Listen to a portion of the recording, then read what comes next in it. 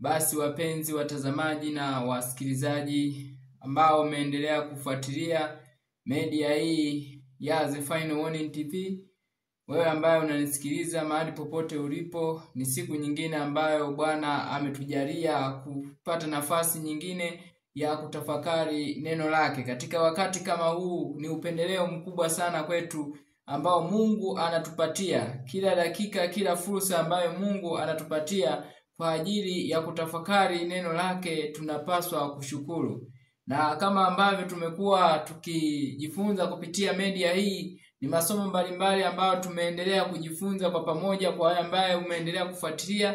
Lakini natambua yawezekana wewe ni mara yako ya kwanza kabisa unakutana na media hii ya The Final Warning TV. Wenda mtu fulani alikutajia jina la channel ama mwingine alikutumia link ya somo fulani na hivyo ukaweza kuifikia media hii. Basi tutapata nafasi ya pekee leo kujifunza ujumbe wa makini, ujumbe wa pekee ambao tena utazidi kutuimarisha na kutuandaa kwa kile ambacho kinaujia ulimwengu huu. Na nipende kuwakaribisha wote ambao tunatazama, wengine ambao wanatazama hata kupitia TV zao, wanaotazama kupitia simu, wote ninapenda kuwakaribisha katika siku ya leo tunapoenda kutafakari na kujifunza na kutafakari kile ambacho nini anatamani Mungu tuzungumze naye, nini ambacho Baba yetu wa mbinguni anatamani tujifunze katika saa kama hii.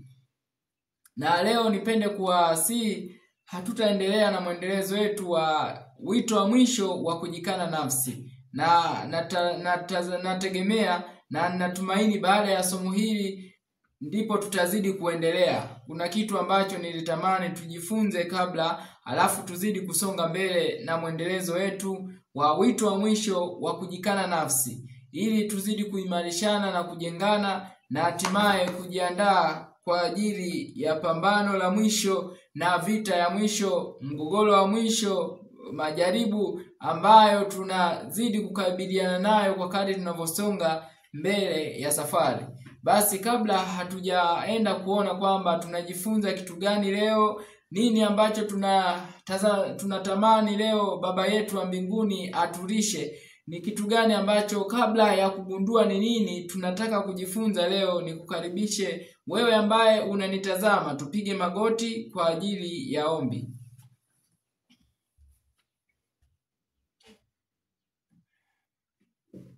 Baba yetu mwema, Baba mtakatifu, Baba ukechee juu mbinguni, tunasema asante kwa sababu umetupatia nafasi hii ili kuweza kukutana na kujifunza kweli za neno lako. Tunaamini kabisa kwamba ujumbe huu umeukusudia kwa wakati tuusikie, ili kila mmoja ambaye anausikia akavutwe karibu na msalaba wa Kristo. Tuandae mioyo yetu kwa ajili ya ujumbe huu. Andaa masikio yetu ya kiroho kwa ajili ya ujumbe huu. Na mwisho, katupatie nguvu ya kuweza kutembea kulingana na vile utakavyozungumza nasi. Ni tumaini letu umesikia ombi hili, tumaini letu umelijibu, si kama tupendavyo bali mapenzi yako yatimizwe, kwani tunawasilisha maombi haya katika chumba cha pili ambapo Kristo anahudumu hata sasa. Kupitia jina la mwanao mpendwa Yesu Kristo tunaomba tukishukuru. Amen.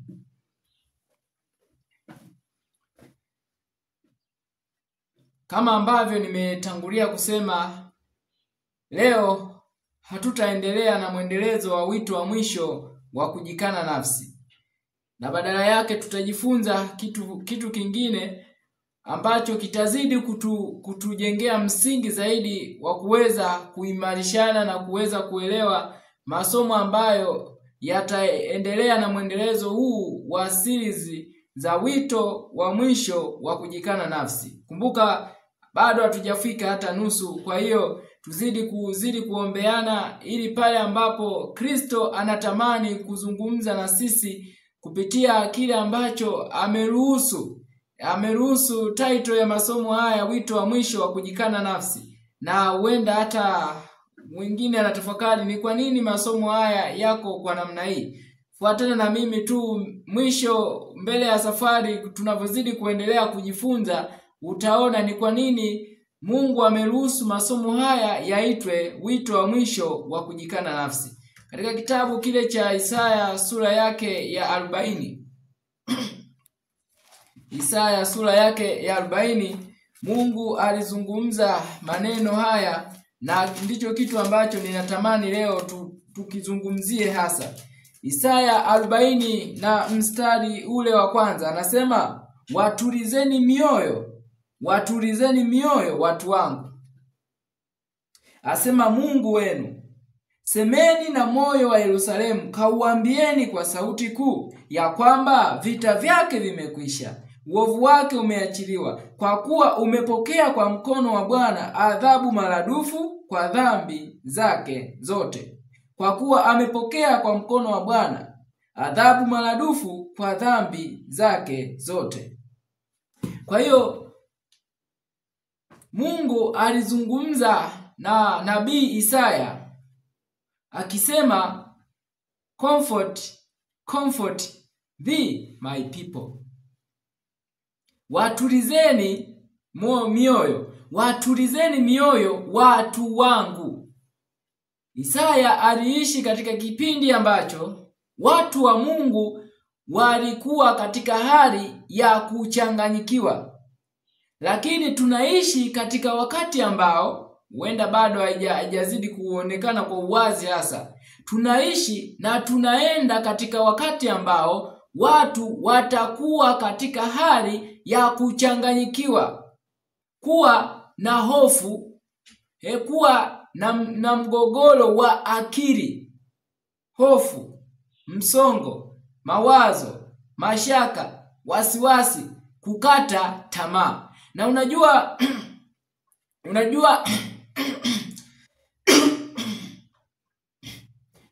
unajua nini kinatangulia? Hofu, wasiwasi, mashaka inaenda katika kukata tamaa, alafu inaishia katika kutokuamini. Ndio maana Mungu alizungumza na Isaya, watulizeni mioyo watu wangu. Alijua kila moyo ambao haujatulia, moja, you won't make right decision. Hautafanya maamuzi sahihi endapo utafanya maamuzi ukiwa na moyo ambao haujatulia, ukiwa katika in a hasty condition, hali ya kuwa na hisia kali. Hautaweza kufanya maamuzi ambayo ni sahihi ya aina yote ile. Utafanya maamuzi ukiongozwa na hisia, but not by the Spirit of God, si kwa Roho wa Mungu. Ndio maana Mungu anatamani, kama alivyozungumza kwa Isaya, anazungumza na mimi leo, lakini anazungumza na wewe mjumbe wa Mungu leo. Comfort thee my people. Watulizeni mioyo watu wangu.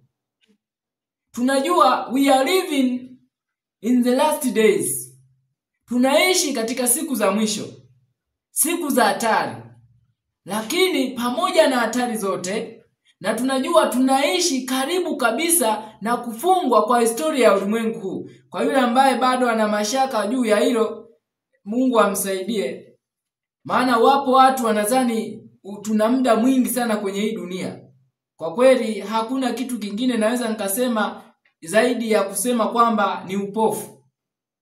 Hatuna muda mwingi kwenye huu ulimwengu.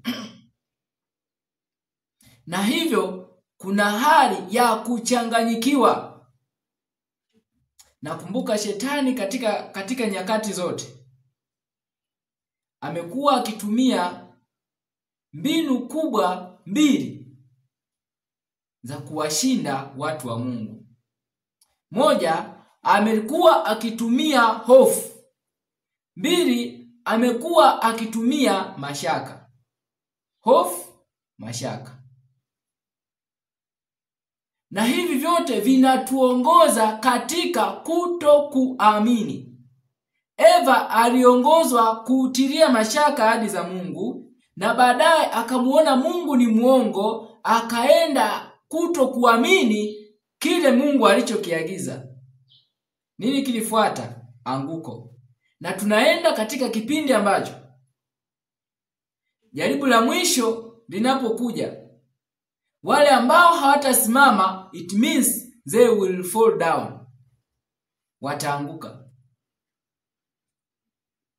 Tunayo vita. Nitagusia baadhi ya mambo ambayo tumeendelea kujifunza kupitia media hii ya The Final Warning TV. Kwa yule ambaye ameendelea kufuatilia, tumeendelea kugusia mgogoro na pambano na mtihani mkubwa ambao Waadventista wa Sabato tupo nao. Mtihani mkubwa hasa. Kuna somo kama unavyoona kwenye screen yako, somo ambalo liko na picha hiyo. Somo lililokuwa likisema mtihani wa mwisho kwa Waadventista wa Sabato. Ni mtihani gani? Ni mtihani ambao tumeambiwa kwenye kitabu cha Pambano Kuu, kwenye kitabu cha Pambano Kuu tumeambiwa ni katika maisha haya ndipo inapotupasa kuitenga dhambi mbali kutoka kwetu. Mwokozi wetu mpendwa anatualika. He is inviting us. Anatualika tujiunge kwake sisi wenyewe. Tuunganishe udhaifu wetu katika nguvu zake. Tuunganishe ujinga wetu katika hekima yake, na kutokustahili kwetu katika ustahilifu wake. Anasema ulinzi wa Mungu ni shule ambapo ndani yake tunapaswa kujifunza unyenyekevu na upole wa Yesu. Daima Bwana anaweka mbele yetu malengo ya kweli ya maisha. Hicho ndicho ambacho Bwana anakiweka mbele yetu. Kitu gani? Malengo ya kweli ya maisha. Lakini anasema sio njia ile ambayo tungependa kuichagua. No. Sio njia ile ambayo tungependa kuichagua. Hapana. Inayoonekana kuwa rahisi sana na yenye kupendeza sana. Hiyo sio njia ambayo Bwana anaiweka mbele yetu, ambayo inaonekana so smooth. Bwana haweki mbele yetu njia namna hiyo. Anasema ni wajibu wetu. It is our duty. Wajibu gani? Kushirikiana na mawakala wa mbinguni katika kazi. Kazi gani? Ya kupatanisha. Ya kupatanisha tabia zetu kwa mfano wa kielelezo cha mbinguni. Kitabu cha Petro wa pili. Petro wa kwanza 2:21. Kwa maana ndiyo mlioitiwa, kwa kuwa Kristo naye aliteswa, akawaachia kielelezo, mfuate nini? His steps, nyayo zake. Tunaambiwa hivi kwenye Shuhuda kwa Kanisa, Testimonies for the Church. Testimonies for the Church, volume 5, page 213. Tunaambiwa Christ is our true pattern. Kristo ndiye kielelezo chetu cha kweli. Kwa hiyo tunapoambiwa katika kazi ya kupatanisha tabia zetu kwa mfano wa kielelezo cha mbinguni, mfano huo wa kielelezo cha mbinguni, it is Jesus Christ. Na hiyo ndio kazi ambayo tunaitwa kuifanya. To make our behavior, to make our character to be in conformity with the heavenly pattern, which is Jesus Christ. Kuzifanya tabia zetu ziwe katika upatanifu na kielelezo cha mbinguni ambacho ni Yesu Kristo. Na anasema hakuna anayeweza kupuuza kazi hii. Hakuna anayeweza kupuuza au kuahirisha kazi hii, bali wote watakaofanya hivyo watakabiliana na hatari kuu ya kutisha ya roho zao. Watakao fanyaje? All those who will engage in a work of conforming their characters with the heavenly pattern. Wote ambao wataingia katika kazi ya kupatanisha tabia zao kwa kielelezo cha mbinguni watakabiliana na hatari kuu ya kutisha ya roho zao. Na kama ulifuatilia vizuri, tuliona kitu gani ambacho hasa tunahitajika kuwa nacho leo, which is our greatest exam. It is victory over every temptation and sin. Ni ushindi dhidi ya kila jaribu na dhambi. This is the greatest exam to every follower of Christ. Huu ndio mtihani mkubwa kwa kila mfuasi wa Kristo. To get victory over every temptation, over every sin. Swali linakuja, tunawezaje kupata ushindi huo? Kwa sababu ndio vita pekee ambayo tumebaki nayo. Ndio pambano ambalo tumebaki nalo kama wasafiri tunaomfuata Kristo. Ndio vita ya pekee ambayo tumebakiwa nayo, to get victory over every temptation, over every sin, to be spotless in the sight of God. Kuwa bila doa mbele za Mungu. Hicho ndicho ambacho tunakihitaji. Katika kitabu cha Faith and Works, by the way, nukuu ambayo nimesoma ya Pambano Kuu, kwa wewe ambaye unatumia nakala ambayo nimekuwa nikikuonyesha mara kwa mara, hii ndio nakala ambayo ninaitumia. Ni katika sura ya 39. Sura ya 39 inayosema wakati wa taabu. Lakini kwa wewe ambaye unaifahamu nakala hii, basi ni ukurasa wa 516, The Great Controversy, page 623. Utaangalia ni paragraph ya ngapi, lakini ni sura ya 39. Tukienda katika kitabu hiki cha Faith and Works, ama imani na matendo, kwa wewe ambaye unacho, utaenda moja kwa moja kwenye sura ile ya 5. Sura ya 5 ya imani na matendo inayosema Faith and Works, na inasema hivyo imani na matendo katika sura ile ya 5. Tuende katika kipengele kimoja hapa. Kipengele kimoja kinachosema to wrestle, labor and strive. Kupambana, kufanya kazi na kupigana. Katika ukurasa wa 49 aya 3, Faith and Works, anasema we are living in an important and interesting period of this earth's history. Tunaishi katika kipindi muhimu na kinachovutia. Kipindi muhimu na kinachovutia katika historia ya ulimwengu huu. That is a time we are living.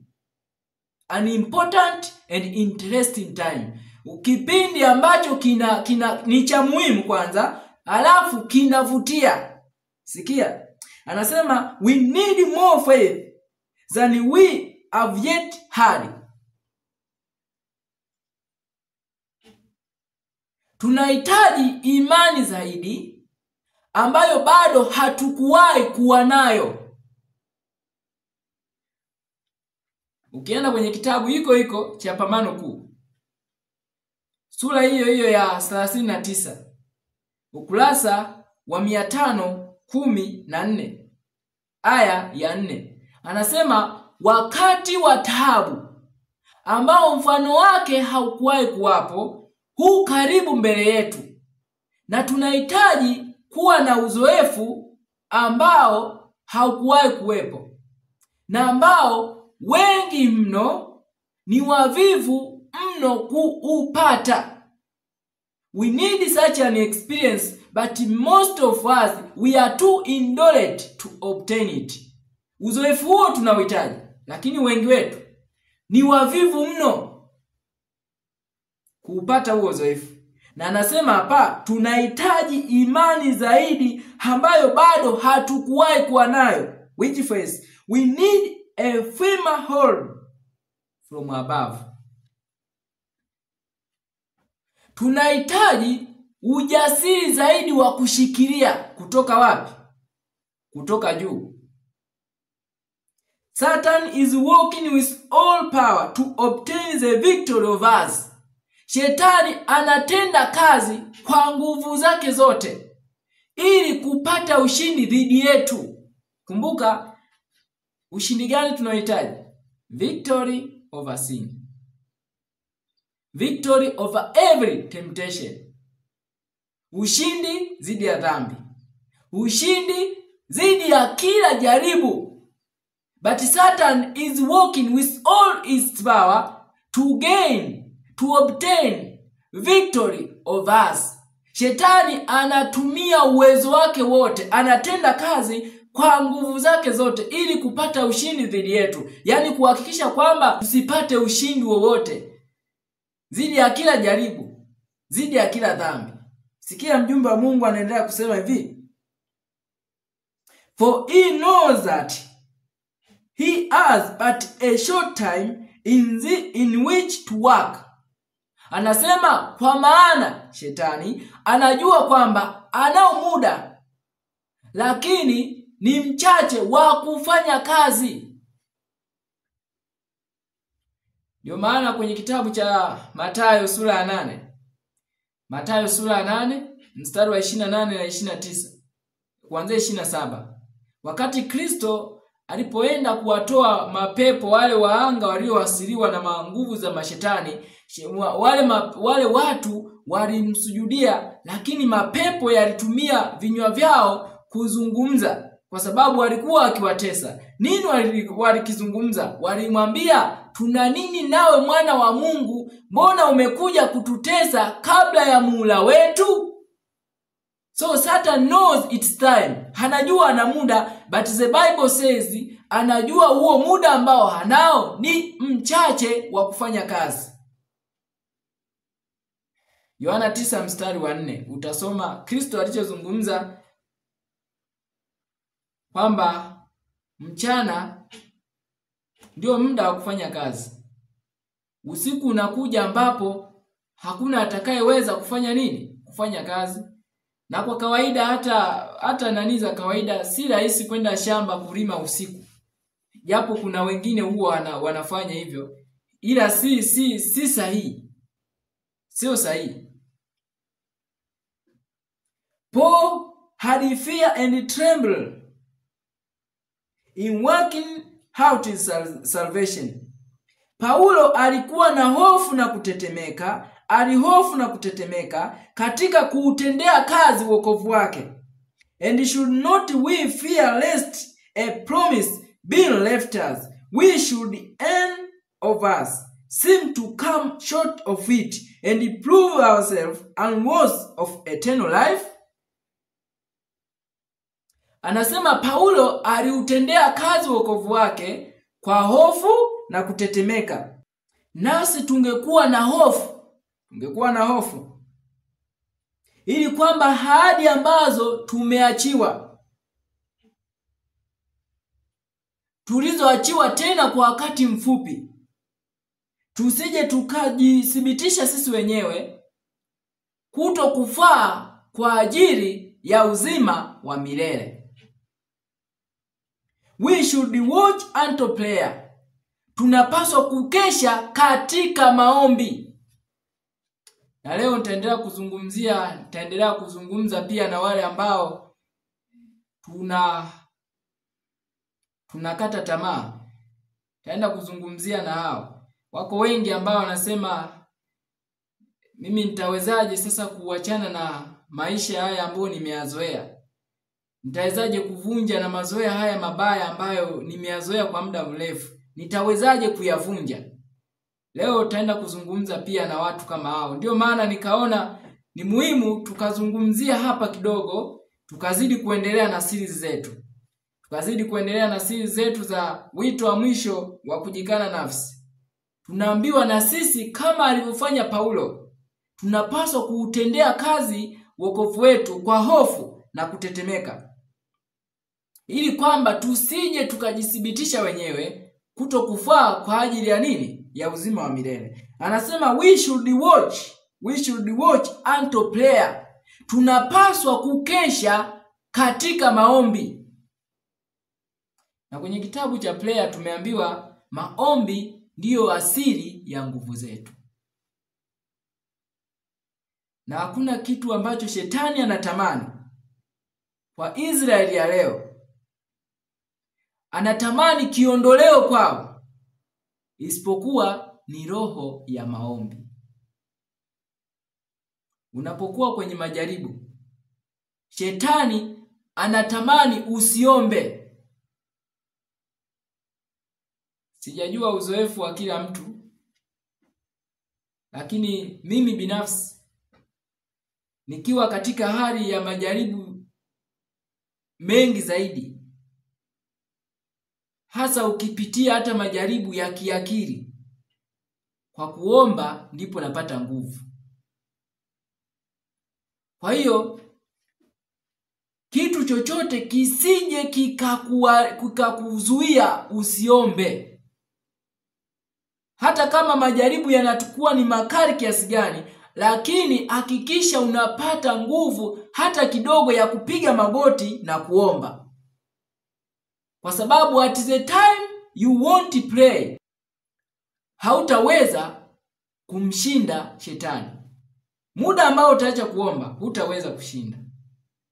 Na ni mpango wa shetani kuhakikisha kwamba wakati tukiwa katika majaribu, tusiwe na nguvu ya kuomba. Sikia.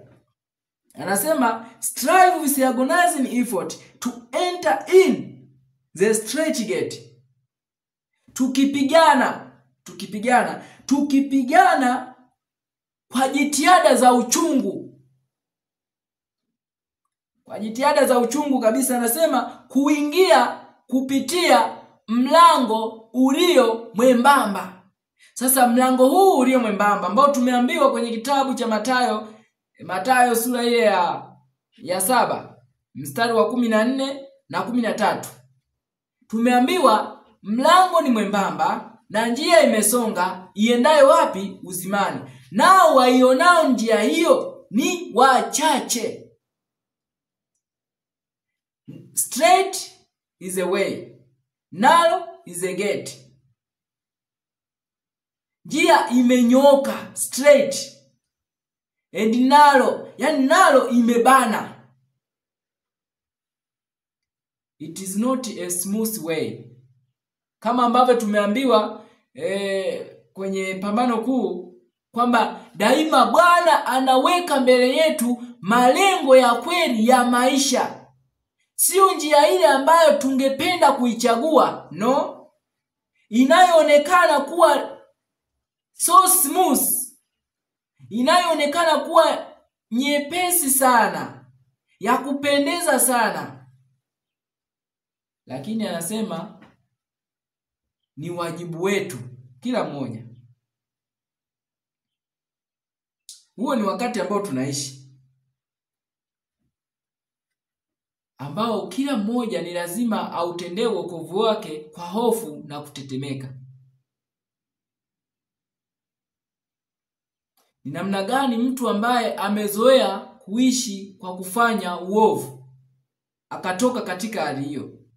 Ni namna gani mtu ambaye amezoea kuvuta bangi, mtu ambaye amezoea kufanya uzinzi, mtu ambaye amezoea kujichua, vijana wa kiume wako wamezoea kufanya kile ambacho roho ya nabii kinaitwa self abuse, kujiua, self murder. Unawezaje watu kama hao wanawezaje kutoka katika hali hiyo? Wako mashoga, wako wasagaji. Anatamani kuishi maelekezo ya Mungu, how can he get out from those habits, wrong habits? Anawezaje kutoka katika mazoea hayo mabovu ambayo ameyazoea? Hicho ndicho ambacho ninatamani tukizungumzie katika siku hii ya leo. Nawezaje kutoka katika mazoea ya kutokusoma Biblia na roho ya unabii? Tunasoma fungu moja lakini I can't commit it to memory even one verse. Siwezi kuhifadhi hata fungu moja katika akili yangu. How can I get rid from those long habits? Nawezaje kutoka katika hali hiyo ya kutoweza hata kuhifadhi maandiko ya Mungu katika akili? Na tulijifunza kwamba katika somo lile la njaa ya neno inayokuja, wote ambao hatutafanya kazi hii, tumeambiwa hivi, jitihada za uchungu, to commit scriptures to memory.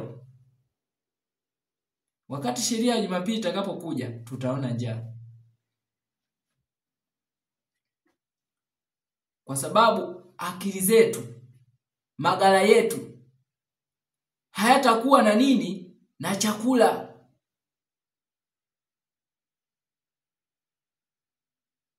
Hayatakuwa na chakula. Kwa hiyo ndio maana tunapaswa kujua what to do. Tunapaswa kufanya nini? Kumbuka ni swali ambalo nimekuwa nikirudia mara kwa mara, ambalo mjumbe wa Mungu ameandika kupitia kitabu cha Pambano Kuu. Kila mfuasi wa Kristo anapaswa kuulizwa kwa bidii kwamba, Bwana, unataka nifanye nini? Unataka nifanye nini nitoke katika hali hii ya uvunjaji wa Sabato? Nitoke katika hali hii ya kuangalia mipira. Nitoke katika hali hii ya kuangalia video za ngono, ya kusikiliza miziki ya bongo flavor za kidunia, miziki ya bongo flavor za kigospel, miziki ya bongo flavor za kwaya ambazo Mungu amesema waketio langoni uniziaki, na waketio langoni unisema, na nyimbo za walevi unidhiaki. Nitatokaje katika hali hii? Hilo ni swali la kila mmoja.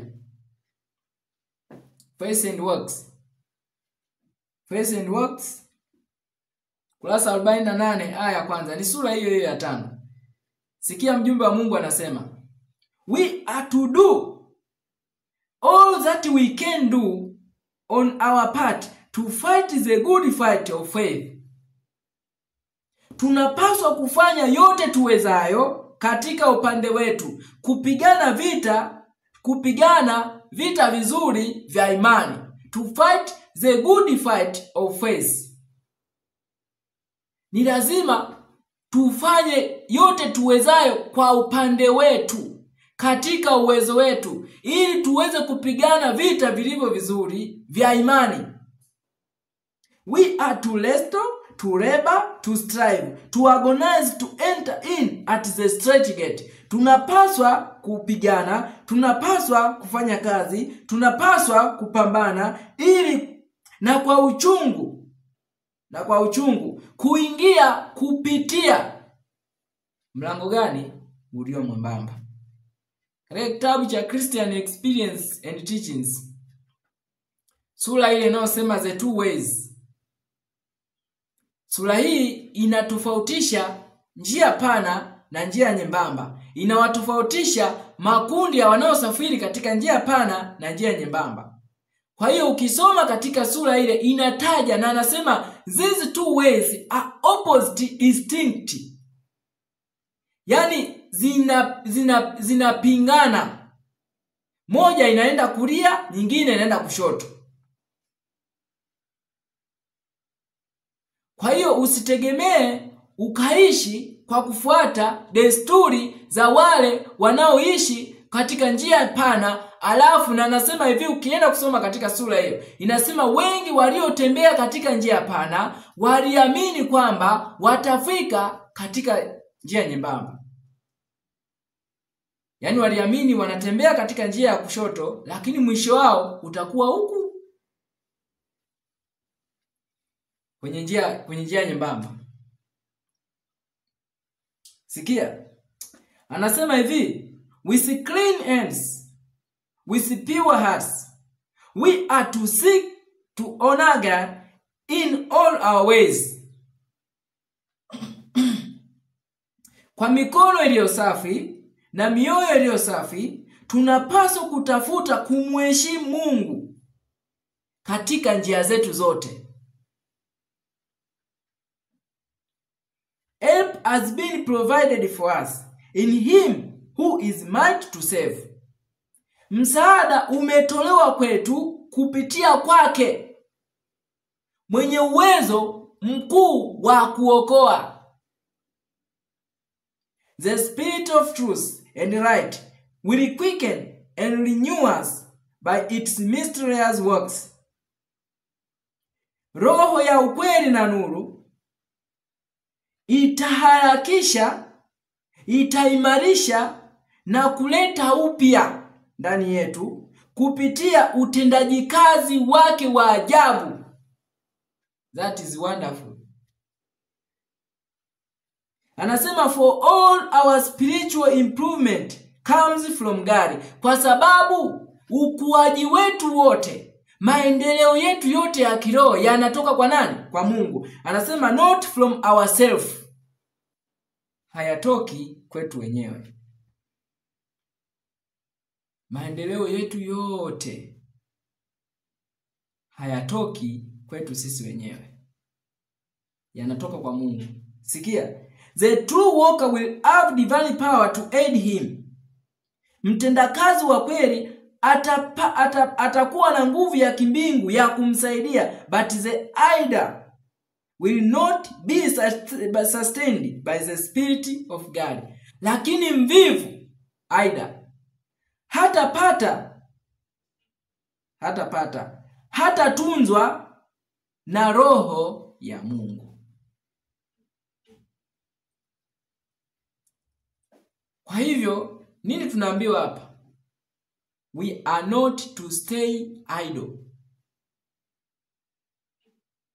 Kila mmoja amepewa karama ya kufanya. Usikae idle. Usikae tu idle, haufanyi chochote kile ambacho kinaweza kumsaidia mtu fulani kuokolewa. Chochote ambacho unaweza kukifanya, hata kikiwa kidogo kiasi gani, ukikifanya kwa uaminifu, Mungu anakikubali. Usisubiri ukasema ngoje mimi siwezi kuwa mhubiri kama mtu fulani. No. Fanya kazi kulingana na uwezo wako uliopewa. Huo mdogo. Unaongea na mtu kwenye simu, unamwambia nini? Unachati na watu kwenye simu, unachati nao nini?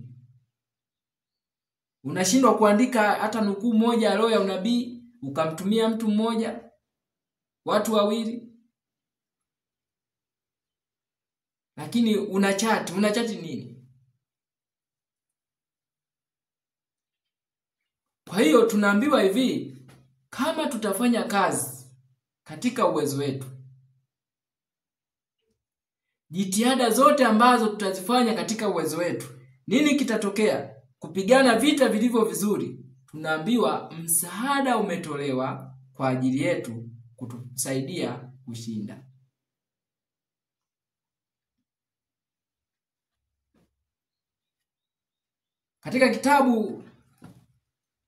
Katika kitabu hiki cha Biblia, katika kitabu cha Biblia, kitabu kile cha Mathayo sura ya 5.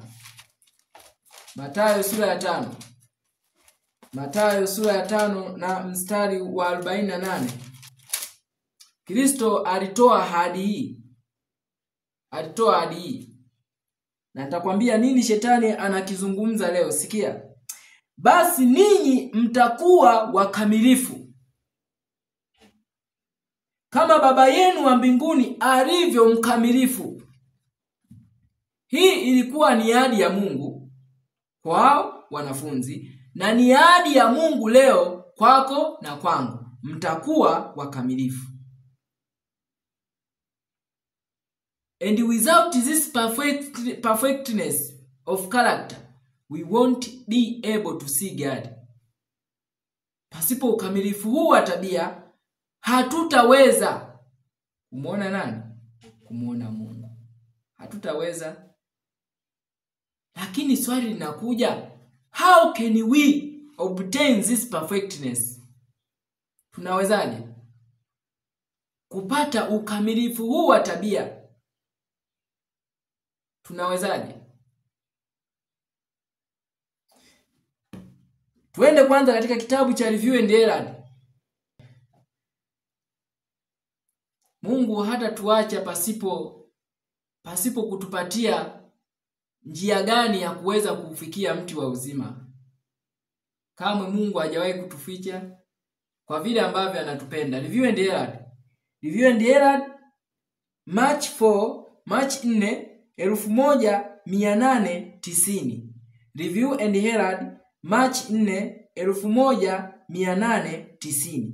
Paragraph ya 10.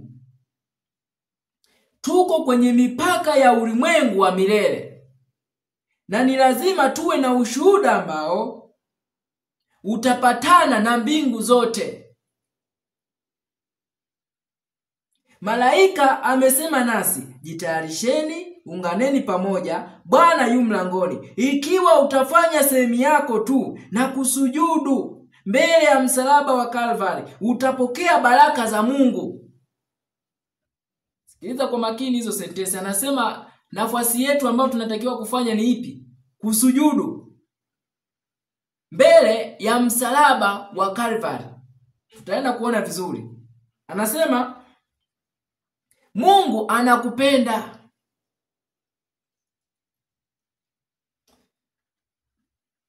Yesu aliwaambia wanafunzi wake,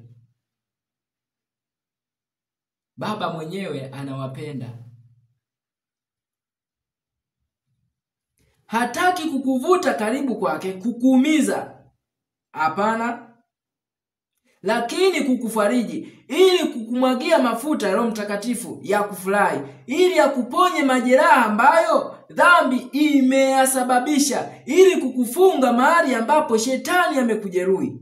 Yeye anataka kukupatia mavazi ya sifa kwa roho ya uzito. Je, utamruhusu Yesu aingie? Maki hiyo sentence. Kumbuka tunaenda kuangalia ni namna gani tutaweza kupata huu ushindi dhidi ya kila jaribu, dhidi ya kila dhambi. Tutawezaje? Swali linaulizwa, je, utamruhusu Yesu aingie? Will you let Jesus in? Sikia. Anasema hivi, je, utauangukia mwamba na kuvunjika? Je, utasujudu chini ya msalaba?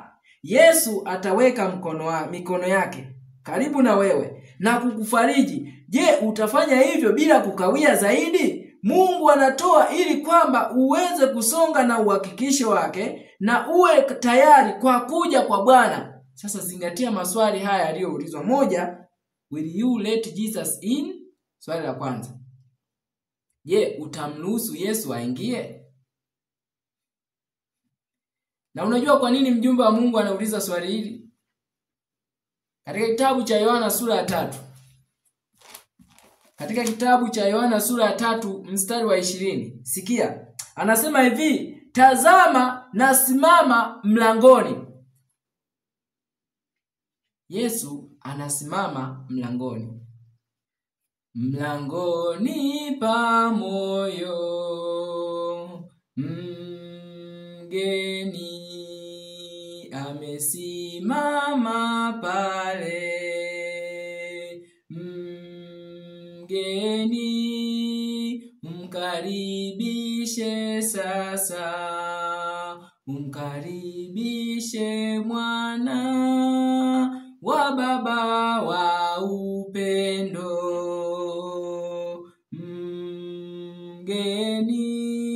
Mgeni moyo wako kwa Bwana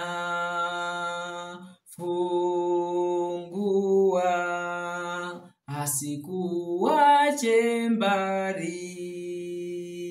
Fungua, umkubali rafiki, Roho anafariji, naye atakutunza. Fungua, usikie sauti ya Bwana, uyachague mambo ya Bwana, ufungue mlango, usimwambie bado, jina lake Tumai. Yu Bwana, na ufungue moyo kwa Bwana, utapewa msaada wa Bwana, uzuri utavikwa, dhambi ataondoa, ukifungua moyo kwa Bwana.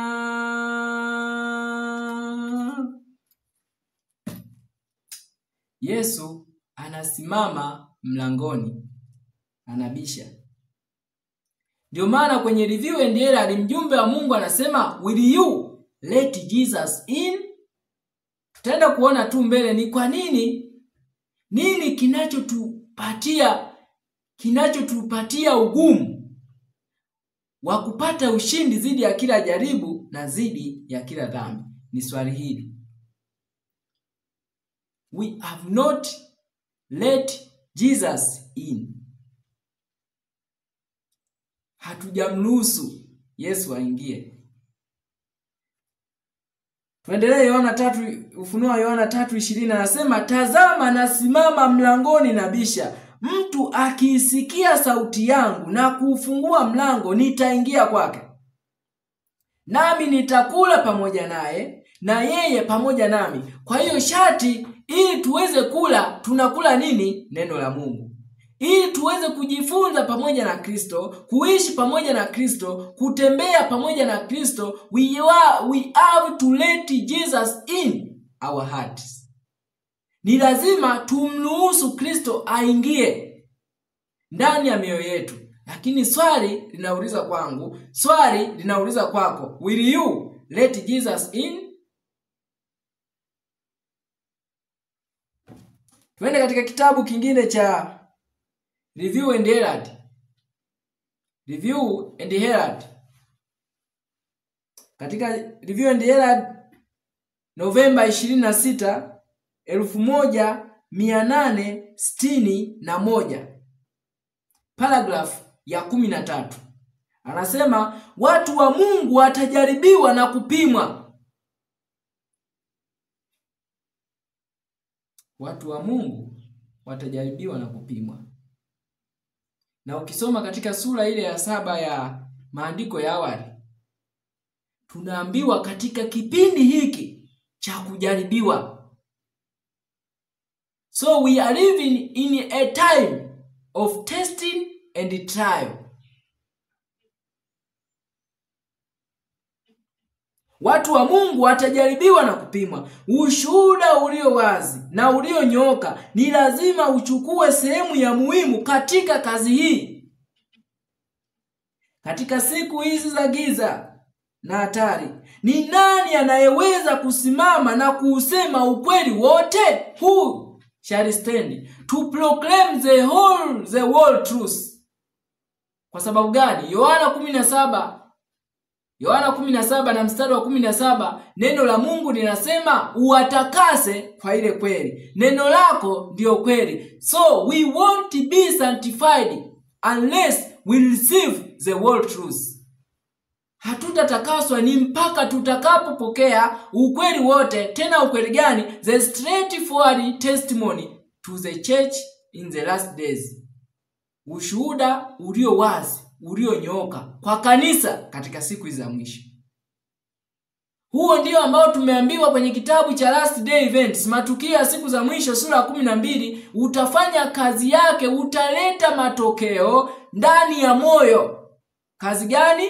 Kusafisha, kutakasa. Na kinachomaanisha kusafisha na kutakasa, yani ni kwamba ukweli tunaopokea unafanyika ndani yetu, nguvu iletayo wokovu.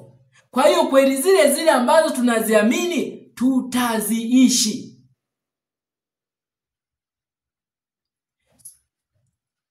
That's why we can say this. Utakaso hautakuwa utakaso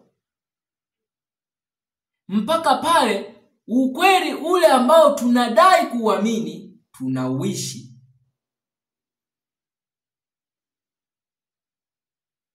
Lakini tunaendelea kujiuliza, how can we live the truth?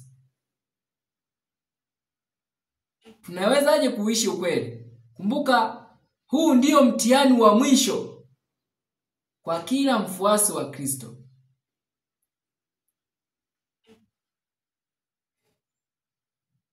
To be in conformity with the heavenly pattern.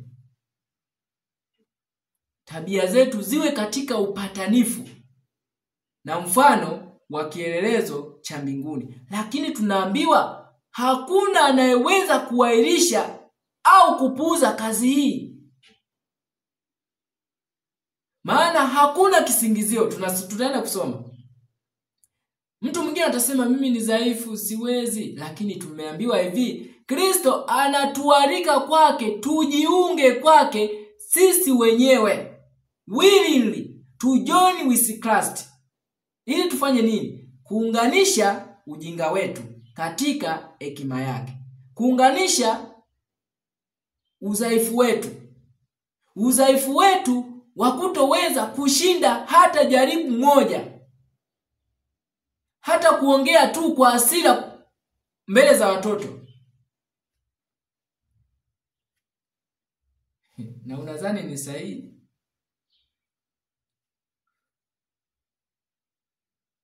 Kuwatukana watoto. We mbuzi, njoo hapa. Kwamba umezaa mbuzi. We pumbavu. How can we overcome from these wrongdoings? Ni lazima tupate ushindi. Sikia. Ni lazima tupate ushindi tu hapo. Anasema hawaoni nini?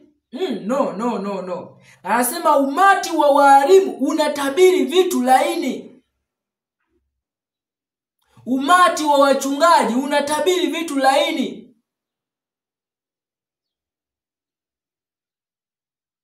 Ambao kwenye kitabu cha Yeremia 8:11 anasema, kwa maana wameiponya jeraha ya binti ya watu wangu kwa juu tu.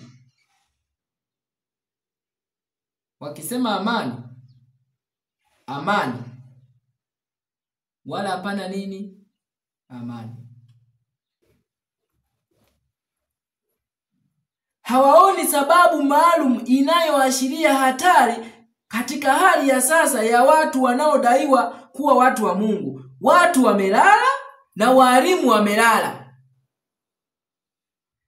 People are asleep and teachers are asleep. Ni kama ile ya Testimonies volume 2, page 237. Sleeping preachers preaching to sleeping people. Waumini wamelala na wachungaji wamelala. Waumini wamelalia wapi? Waumini wamelala kwenye masufuria ya nyama, kwenye mabakuli ya supu, kwenye meza zenye soda, na wachungaji wamelala humo kwenye nyama za kukaangwa, nyama za kuchemsha, tena nyama zenye damu. Unajua wengi hawachukulii maanani unapozungumza swala la matengenezo ya afya, na nitaenda kugusia why tunashindwa kupata victory over every temptation and sin. Unapozungumzia swala la matengenezo ya afya, ukigusa swala la ulaji wa nyama, unagusa Mungu wa watu. Sema hapana, Mungu ameruhusu, lakini pamoja na kwamba hajaruhusu, hebu tuende katika sheria hiyo hiyo ambayo aliruhusu. Moja alisema Mwanzo 9:4, bali nyama pamoja na damu, yani uhai wake, msile. Nani leo anatupa damu na mafuta, supu ya kuku? Tena wachungaji ndio wanapenda supu kuku walionona. Lakini mafuta ya mnyama yamekatazwa, damu imekatazwa, lakini ndio hiyo hiyo inayoleta utamu kwenye supu inawafurahisha wachungaji. Wachungaji wamelala, washiriki wamelala kwenye mabakuli ya supu. Tutashindaje mazoea haya? Tutashindaje mazoea haya? Twende pamoja. Anasema wanalia amani na umati ambao husikia wanaamini taarifa yao na wanakaa kwa kuridhika. Wachungaji na walimu wanalia amani. Hakuna kitu kinakuja, hakuna Sunday law inayokuja.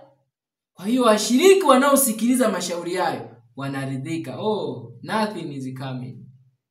Let us rejoice. Tomorrow will be like today. Lakini tumeambiwa kwenye Pambano Kuu ukurasa 285, wakati watu wakiwa katika hali hiyo bandia ya furaha bandia, wakitazamia mbeleni miaka mingi ya mafanikio, ndipo kwa ghafla njozi zao angavu na matumaini yao potofu yatafikia mwisho.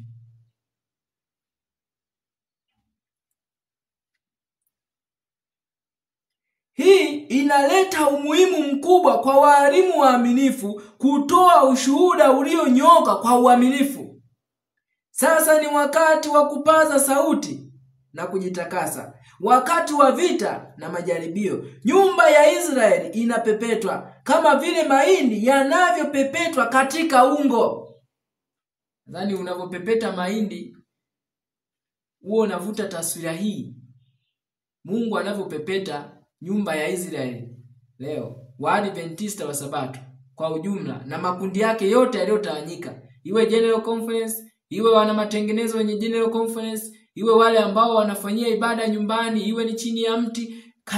Israeli ya leo inapepetwa katika ungo kama vile mahindi yanavyopepetwa katika ungo. Na anasema hivi,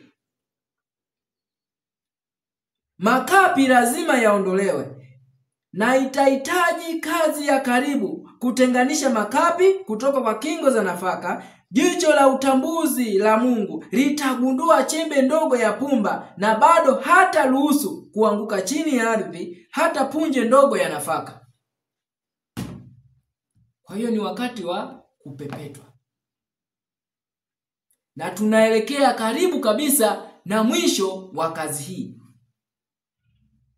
Lakini swali linauliza, Writings chapter 14, maandiko ya awali sura ya 15.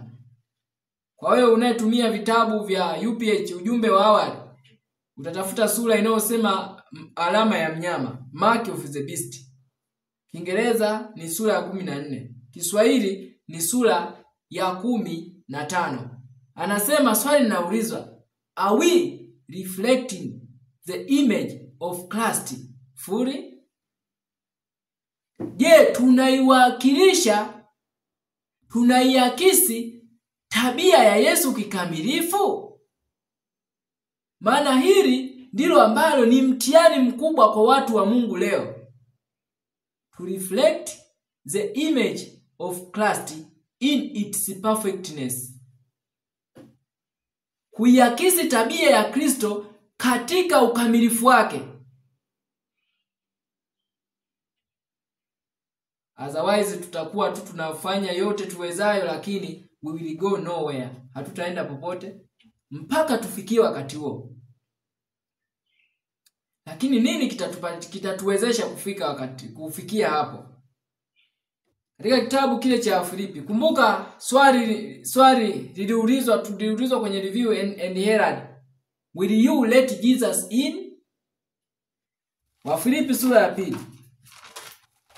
Kitabu kile cha Wafilipi sura yake ya 2 na aya ya 5. Naenda aya ya 5. Anasema, iweni na nia hiyo hiyo ndani yenu, ambayo ilikuwemo pia ndani ya Kristo Yesu, ambaye yeye mwanzoni alikuwa yuna namna ya Mungu, naye hakuona kule kuwa sawa na Mungu kuwa ni kitu cha kushikamana nacho. Fungu la 7 anasema, bali alijifanya kuwa hana utukufu, akatwaa namna ya mtumwa, akawa hana mfano wa wanadamu. Tena alipoonekana ana umbo kama mwanadamu, alijinyenyekeza, akawa mtii hata mauti, naam, mauti ya msalaba. Tumeambiwa kwenye kitabu cha Pambano Kuu tunapaswa kujifunza unyenyekevu na upole wa Yesu. Na ukienda zaidi katika kitabu hicho cha Wafilipi, sura hiyo ya 2 mstari wa 13, 12, anasema, basi wapendwa wangu, Kristo anatuita wapendwa wake, anasema, kama vile mlivyotii siku zote, si wakati mimi nilipokuwapo tu, bali sasa zaidi sana mimi nisipokuwepo, utimizeni wokovu wenu wenyewe kwa kuogopa na kutetemeka. Huyu ndiye Paulo ambaye tumemsoma kwenye Faith and Works. Aliutimiza wokovu wake kwa kuogopa na kutetemeka. Na anasema, kwa maana ndiye Mungu atendaye kazi ndani yenu, kutaka kwenu na kutenda kwenu kwa kulitimiza kusudi lake jema. Hii ndio sababu kwamba swali tukaulizwa, will you let Jesus in? Kwa sababu yeye ndiye awezaye kutenda kazi ndani yetu, kutaka kwetu, to will, na kutenda kwetu kwa ajili ya kulitimiza kusudi lake jema. Katika kitabu cha Pambano Kuu sura ile ya 30, sura ya 30 ukurasa wa 420, kwa wewe ambaye una nakala inayofanana na ya kwangu. Lakini wewe ambaye uko nayo tofauti, ukurasa sura ya 30, karatasi tu ya kwanza, anasema hivi, ni rehema na neema ya Mungu inayomfanya Kristo kutia ndani ya moyo kile kinachojenga uadui ndani ya mwanadamu dhidi ya shetani. Will you let Jesus in? Kwa sababu tunaambiwa ni rehema na neema ya Mungu. Wafilipi ametuambia ndiye Mungu atendaye kazi ndani yenu. Rehema zake ndizo zinazomfanya mwana wake mpendwa aliyejitoa, aliyetupenda, akajitoa nafsi yake kwa ajili yetu, kwa ajili yangu, ndiye ambaye anakaa ndani ya mwanadamu na kujenga kile kinachoitwa uadui dhidi ya shetani. Without this grace, every human being is willing to do evil. Pasipo neema hii, kila mwanadamu yuko tayari wakati wowote kufanya uovu wowote. Kwa hiyo tunashindwa kugain victory over every temptation in the sin, kwa sababu neema hii ya Kristo hatujakubali iingie kwetu. We have not let Jesus in. Na ni namna gani tunamruhusu Kristo aingie? Warumi 10:17. Imani chanzo chake ni kusikia. Na kusikia huja kwa neno la Kristo. Ujumbe ambao Kristo anauleta ulio wa kweli kwetu, kila tunapoupokea tunaweka ngao kuzuia Kristo asiingie. Na Kristo asipoingia tutashinda kitu gani? Pasipo neema hii inayookoa na uwezo unaobadilisha, mwanadamu angedumu kuwa mateka wa shetani, mtumishi ambaye daima yu tayari kutenda mapenzi yake. Mapenzi ya nani? Ya shetani. That is our delight. Naturally. Hiyo ndio furaha yetu. Kutenda matendo ya shetani, mapenzi ya shetani. Without this grace, the grace of Christ to be within us. Pasipo neema hii ya Kristo kukaa ndani yetu, mapenzi yetu, furaha yetu ni kuyatenda mapenzi ya shetani. Will you let Jesus in? If you want to overcome any temptation, any sin, you must let Jesus in. Otherwise you won't overcome. Kwa sababu hauwezi kupigana na rafiki yako. Jaribu lolote ambalo utahitaji kulishinda, dhambi yoyote ambayo utahitaji kuishinda, ni lazima umruhusu Kristo aingie. Hiyo si hiari, ni lazima. Lakini ni kwa sababu hatujamruhusu aingie. Na kwa namna gani? We have refused to accept his last day straightforward truth. Ni kwa sababu tumekataa kupokea kweli zake za mwisho kwa siku za mwisho. The third angel's message. That includes health reformation. Kumbuka kwenye kitabu cha Counsels on Diet and Food. Counsels on Diet and Food, page 59, paragraph 3. Mashauri ya chakula na lishe, sura ya 2. Anasema the controlling power of appetite will prove the ruin of not one but of thousands. Nguvu inayotawala uchu. Nguvu inayotawala uchu itathibitisha maangamizi ya maelfu.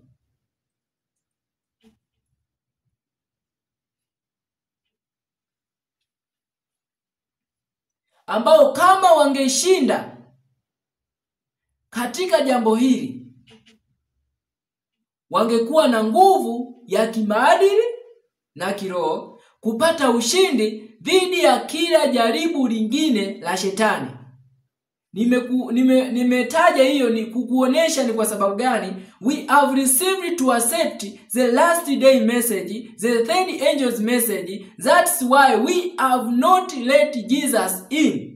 Tumekataa kupokea ujumbe wa Mungu kwa kizazi hiki cha mwisho. Tumekataa kupokea ujumbe wa malaika watatu kwa kukataa baadhi ya mafundisho yanayotuita kufanya reformation. Na sababu hiyo tumemkatalia Kristo asiingie kwetu. And without this grace of Christ, no man will overcome any temptation, any sin.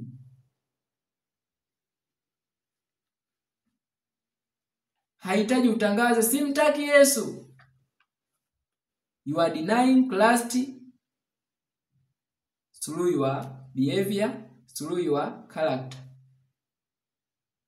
through your daily life living. Maisha unayoishi kila siku, lifestyle, ndiyo ataonyesha unamkana au unamkiri Yesu. Na ujumbe wa kweli unapoletewa kwako, what is your response? Nini mwitikio wako? Mungu anavoleta ujumbe wa matengenezo, mwitikio wako ni nini? Na usitegemee leo kwamba eti malaika atakuja kukuhubiri. Tunaambiwa Mungu atatumia wanadamu hawa dhaifu kwa ajili ya wanadamu wenzao. Na kuwakataa wajumbe wa Kristo, Desire of Ages zinasema ni kumkataa Kristo mwenyewe. Unapokataa ujumbe wa Kristo kupitia mjumbe wake, usizani kwamba unamkataa mjumbe huyo, you are denying Christ. Unapomtukana huyo mjumbe, usizani unamtukana huyo mjumbe, you are abusing Christ. You are insulting your God. Sio mjumbe anayetukanwa hapo. Kwa hiyo ni sababu tunashindwa kupata ushindi. Tunakataa ujumbe ambao utamfanya Kristo aingie kwetu. Kwa sababu imani chanzo chake ni kusikia. Na kusikia huja kwa neno la Kristo. Ujumbe wa leo, the present truth for this time. Lakini kanuni mpya ndani ya moyo wa mtu huanzisha mapambano na vita, mahali ambapo wakati huo palikuwa na amani. Kristo anapoingia ndani anaanzisha vita dhidi ya uovu. Wakati mwanzoni ulikuwa unafurahia kuangalia video za ngono, wakati mwanzoni ulikuwa unafurahia katika uasherati na uzinzi, wakati ulikuwa unafurahia kula vyakula ambavyo vinafanya uharibifu wa afya, wakati mwanzoni ulikuwa unafurahia kunywa chocolate, kula chocolate, kunywa juisi, kunywa soda, ulikuwa unafurahia kuweka tomato kwenye chips na kula chips. Lakini Kristo anapoingia anafanya mapambano dhidi ya uchafu huu na takataka zote ambazo mwanzoni ulizichukulia ni chakula. Pasipo neema hii, no man will overcome any temptation, any sin. Na tunaikataje neema hii? Kwa kukataa ukweli. Sikia, usizani nazungumza maneno yangu. Pambano Kuu hii kitabu chako cha Pambano Kuu, sura ile ya 36, the impending conflict, ama mapambano yaliyo karibu sana. Utahesabu hata aya 4 au 5, utaikuta tu anasema kwa kukataa ukweli wanadamu wanamkataa Mungu ambaye ni muasisi wake, na anayefanya neema ya Kristo ikae ndani yetu. Tumesoma ni rehema na neema ya Mungu inayomfanya Kristo kutia ndani ya moyo wa mwanadamu kile kinachojenga uadui dhidi ya shetani. Lakini tunamkataa Kristo asiingie kwetu kupitia kukataa ukweli.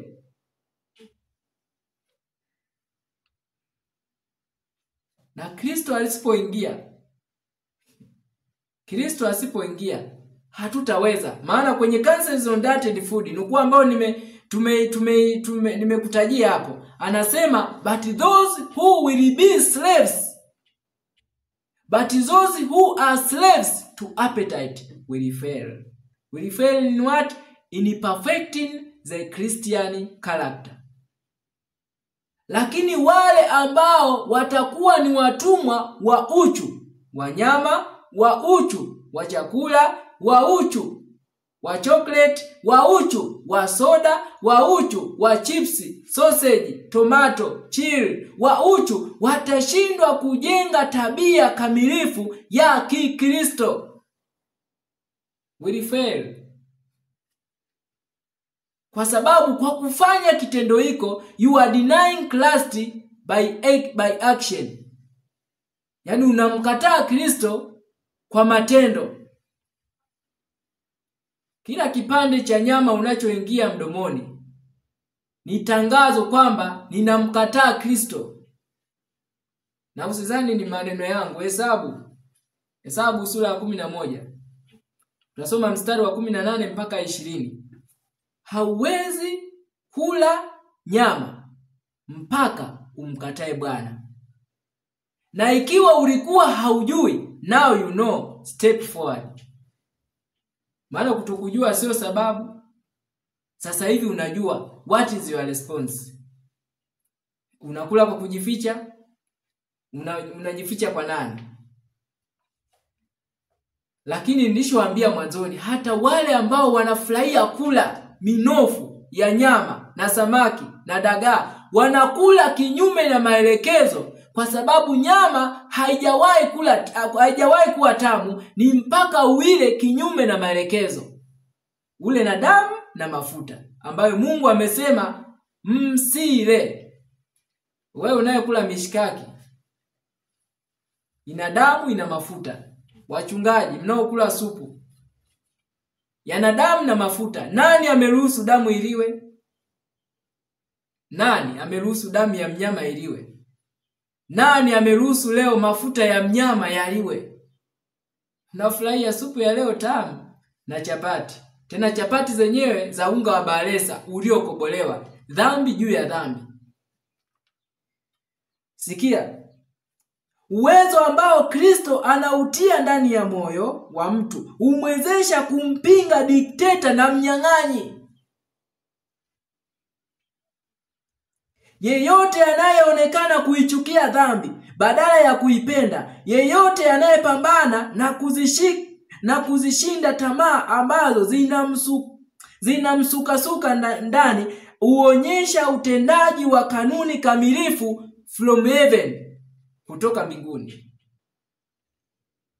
Unapochukia kutukana,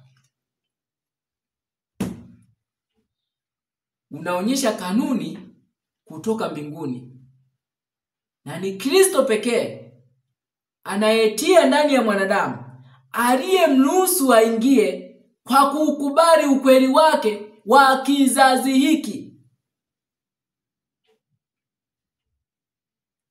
Ndiye ambaye ataweza kupata ushindi dhidi ya kila jaribu.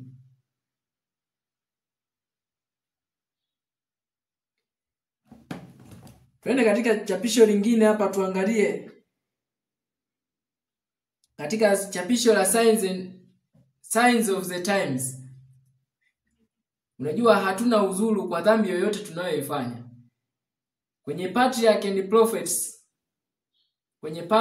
and Prophets ama wazee na manabii, sura ile ya 7, somo ambalo tulijifunza kwenye series ambazo tumekuwa tukiendelea, mwito wa mwisho kujikana nafsi. Kwenye sehemu ile ya kwanza tuliona kwamba watu wa kipindi cha Nuhu walisadikishwa na ujumbe ambao Nuhu aliutoa, na walivutiwa kujitoa kuuishi.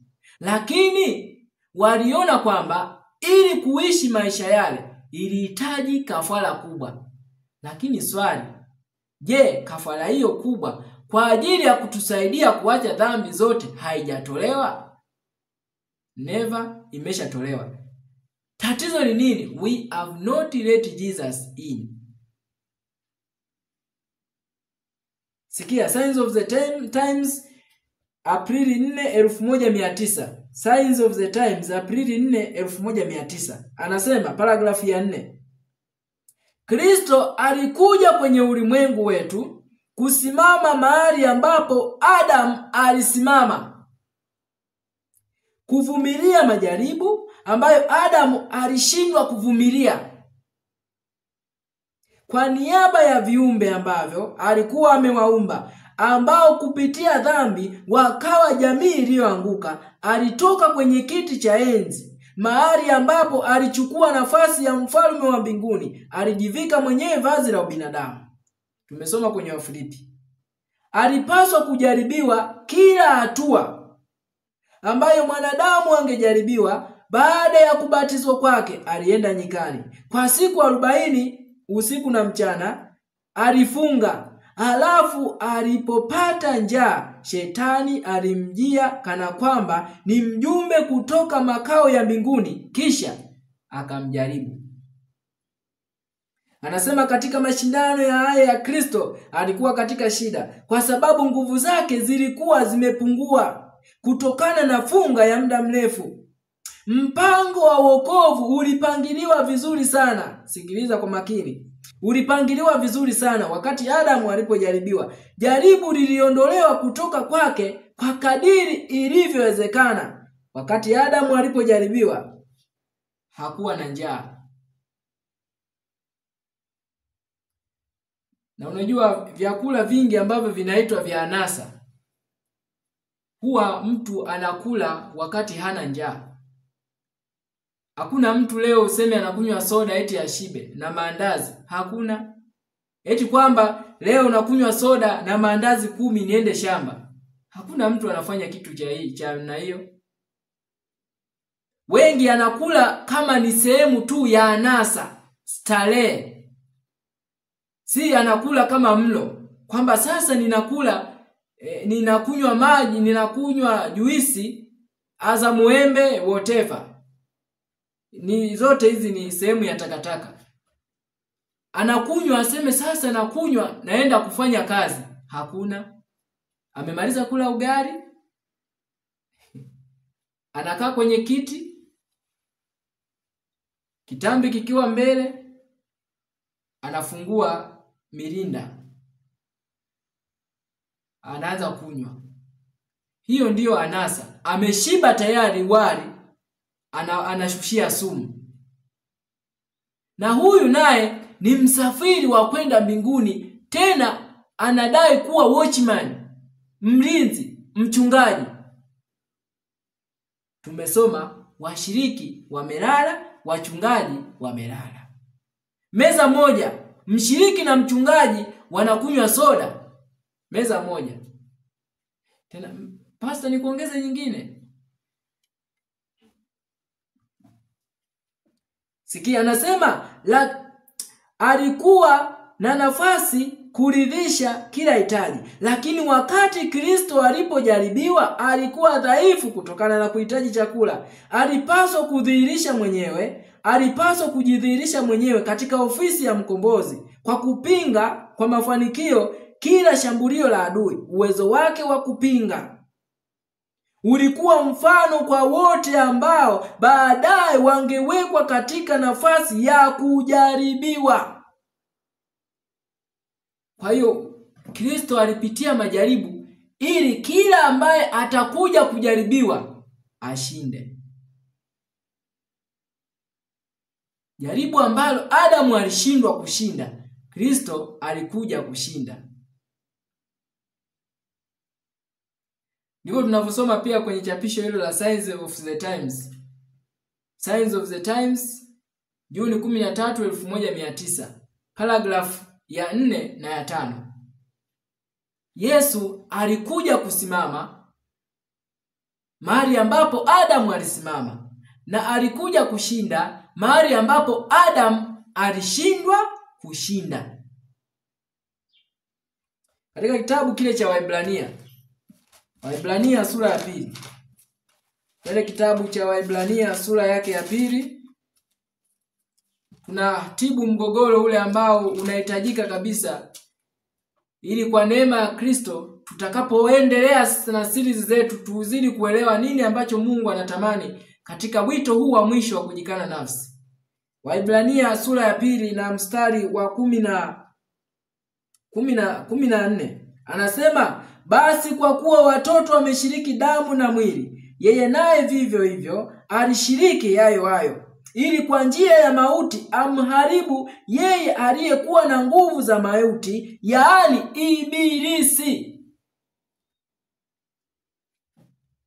Kwa njia ya mauti ya Kristo, Yesu alikuja kuharibu nguvu za Ibilisi. Ndio maana kila ambaye atamruhusu Kristo aingie atakuwa mshindi. 15.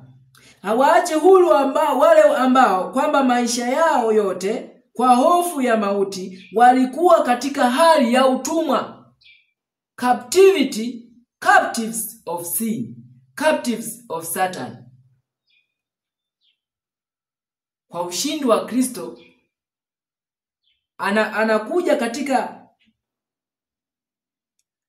anakuja kuwapatia nguvu wale wote walio katika hofu ya kuwa watumwa wa dhambi. 16 anasema, maana ni hakika hatwai asili ya malaika, ila alitwaa asili ya mzao wa Ibrahimu. Tumeambiwa huku kwenye Signs of the Times, Yesu alikuja kusimama mahali ambapo Adam alisimama. Sasa fundisho la theolojia, elimu ya uongo, elimu ya kuzalisha wachungaji wa uongo, wanadai Adam alizaliwa katika hali ya Adam wa kwanza, yaani yule ambaye alikuwa perfect.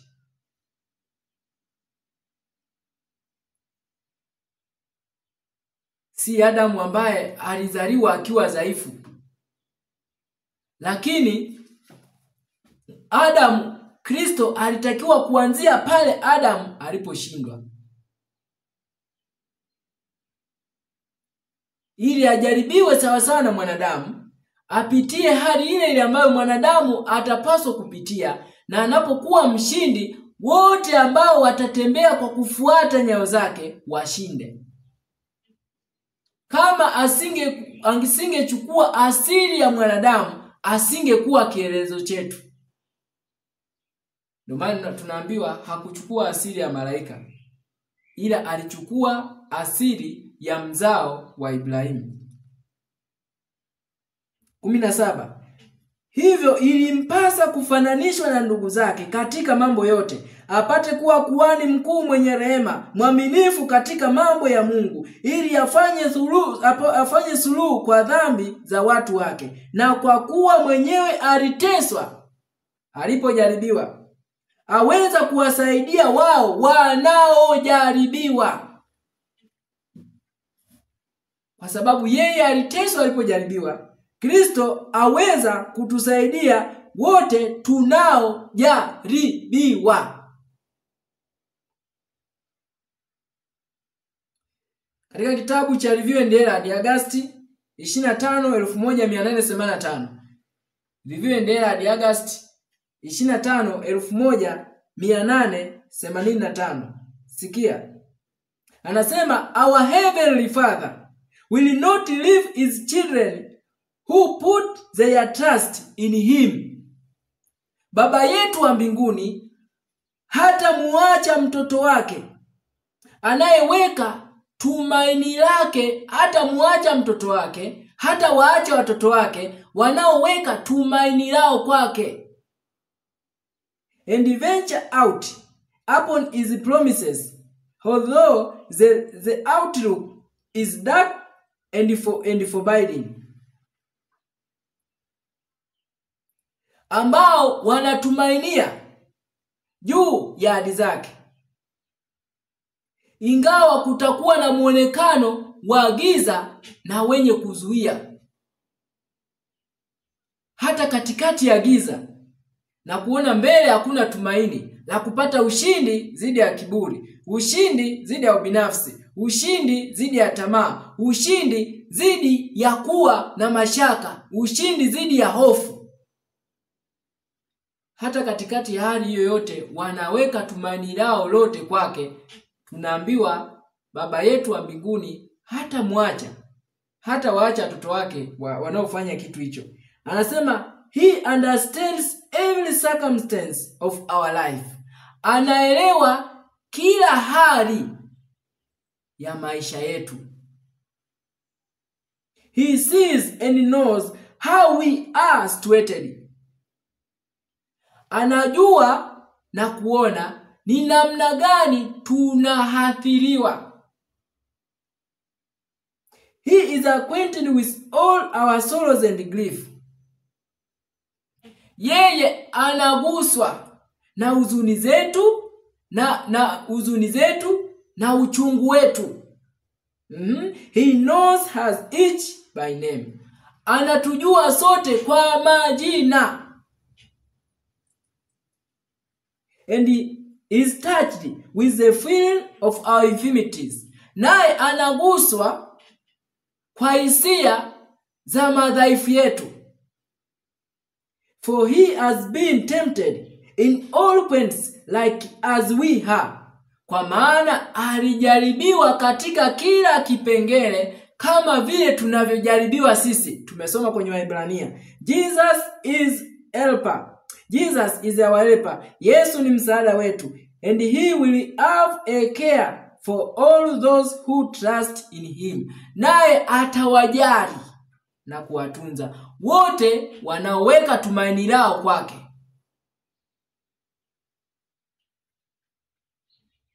Wote wanaoweka tumaini lao kwake, Kristo atawatunza na kuwapatia ushindi, ili washinde majaribu yote yanayowakumba katika vita hii ya uovu, kupata ushindi dhidi ya uovu. Chapisho la Review and Herald, tajitahidi kwenda spidi ili tusitumie muda mwingi sana. Review and Herald, Januari 4, 1887, paragraph ya 15. Review and Herald, January 4, 1887, paragraph ya 15. We do not have to walk alone. Hatuhitajiki kutembea peke yetu. We can carry all our sorrows and grief, troubles and trials, affliction and cares, and pour them into the ear that is open to hear of one who is pleading before the Father the mercy of his only blood. Anasema tunaweza kubeba huzuni yetu, uchungu wetu, mateso yetu na majaribu yetu, na kuteseka kwetu na mahitaji yetu, na kuyaweka katika masikio ya yule aliyefungua kusikia. Ni nani yule aliyefungua masikio yake kusikia? Ya yule mmoja anayelia na kusii mbele za Baba kwa sababu ya damu yake mwenyewe, ambaye ni Yesu Kristo. He is pleading his wounds. Anasi kwa kuonyesha majeraha yake. My hands, mikono yangu. I have graven them upon the palms of my hand. Nimekuchora katika vitanga vya mikono yangu. He offers the wounded hands to God.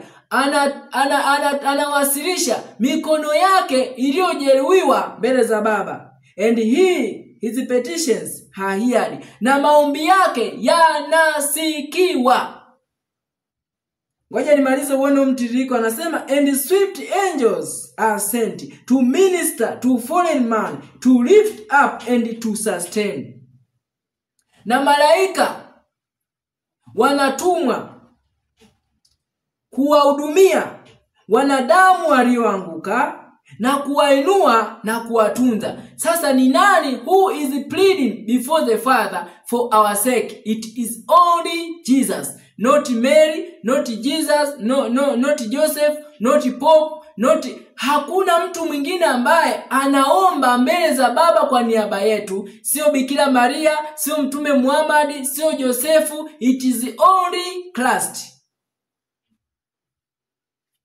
Ndio maana tumeambiwa kwenye waraka wa kwanza Yohana sura ya 2 mstari wa 1, watoto wangu wadogo na waandikia haya ili kwamba msitende dhambi. Na kama mtu akitenda dhambi, tunaye mwombezi kwa Baba, who Jesus Christ the righteous. Yesu Kristo mwenye haki. Hakusema Mariamu bikira mwenye haki, Josefu mwenye haki, siji Muhammad, siji Papa. Hakuna. It is only Jesus Christ the righteous. Na kila ambaye hata ruhusu Kristo aingie ndani, tafsiri yake ni kwamba hata kuwa na muombezi.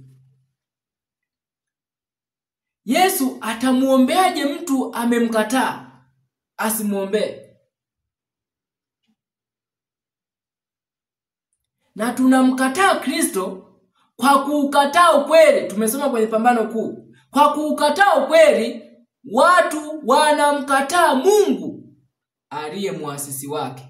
Unapokataa kutunza sabato, usitegemee unamkataa mjumbe. Unapokataa kufanya reformation katika vyakula, matengenezo katika vyakula, matengenezo katika mavazi, matengenezo katika mtindo wote wa maisha, haumkatai mjumbe, unamkataa Yesu asiingie ndani, na kwa kukataa huko you won't be able to overcome any sin, any temptation. Kwa hiyo swala la uzinzi utaona ni jepesi, kwa sababu still you are fighting by yourself, unajipigania mwenyewe.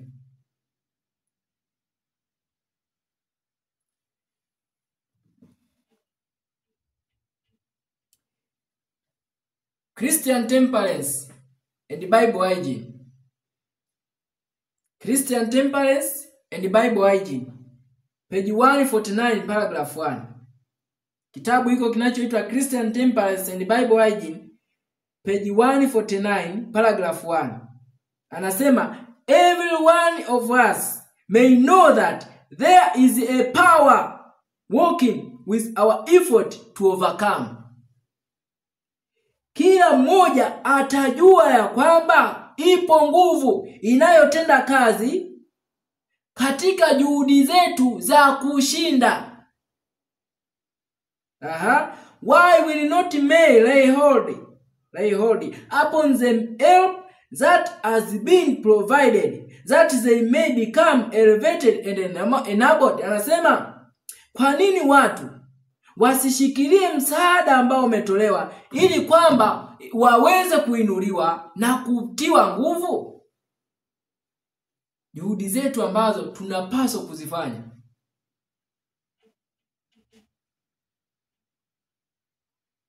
Na ni juhudi gani? Kuchunguza neno la Mungu, kufanya maombi. Na ni kitu cha pekee ambacho shetani anatamani tusikifanye. Katika ujumbe kwa vijana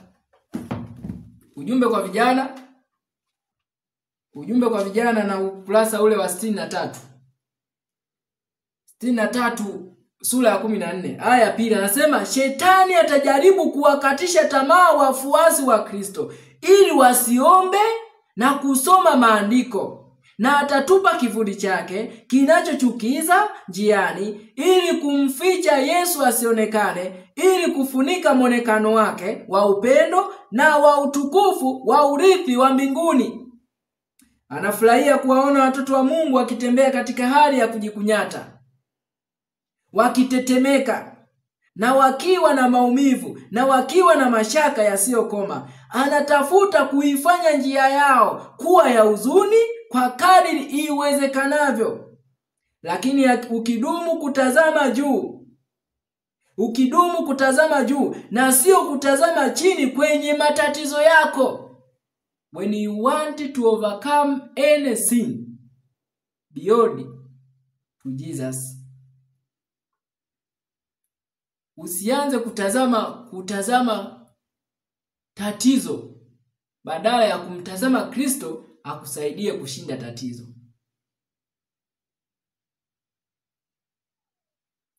Anasema na sio kutazama chini kwenye matatizo yako, kutazamia utazimia njiani. Hutazimia njiani.